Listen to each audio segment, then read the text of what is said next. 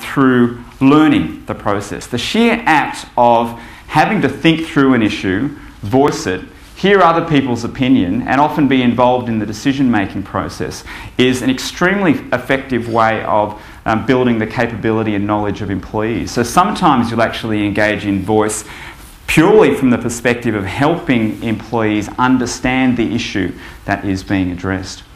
But voice isn't the solution to all situations. You'll get poor return on investment for voice when leaders are actually very knowledgeable, and there's not much more additional knowledge out there to be gained from voice, because there is a cost to doing voice. If you're not going to get much additional information from it, not much point going through that process.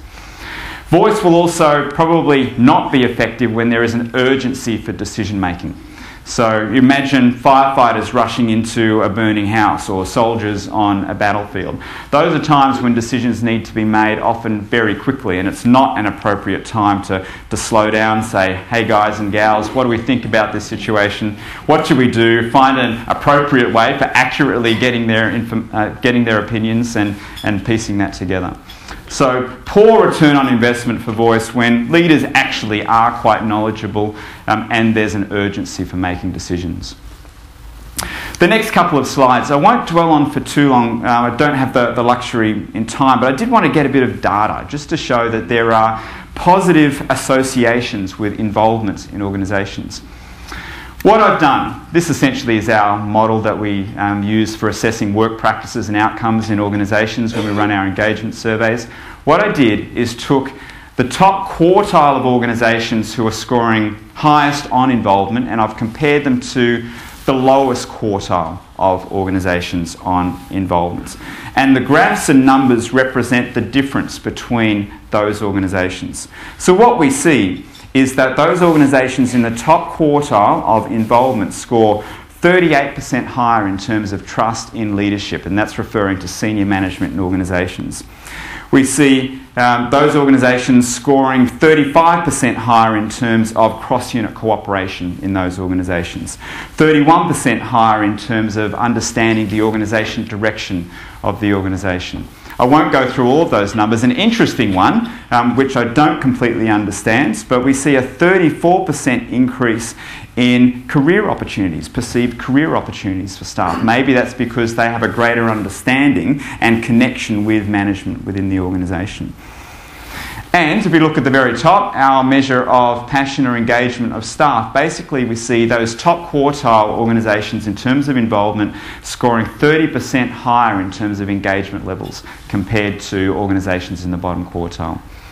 Now I did a similar thing for our 360s. So these are assessments, 360 assessments of leaders that we have worked with. Again, this is our standard model of assessing leadership. And I've taken our measure of receiving feedback, which is not on that slide. I've taken that measure as the indication of involvement. And again, I'm comparing those leaders who are in the top quartile being rated in terms of receiving feedback compared to leaders in the bottom quartile on receiving feedback.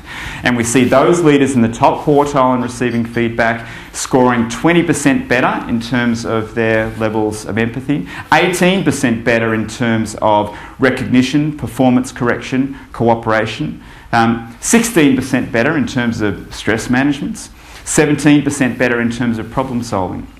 And at the top of the slide there we see that those leaders in the top quartile involvement are being scored 13% higher in terms of their overall perceived effectiveness within their organisations.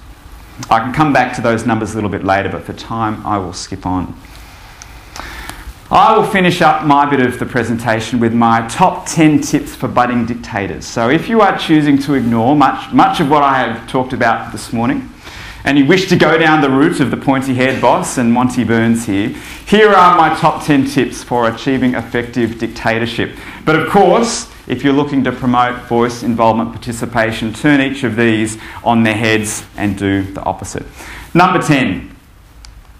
Demand loyalty and unity from your staff and punish those people who speak out.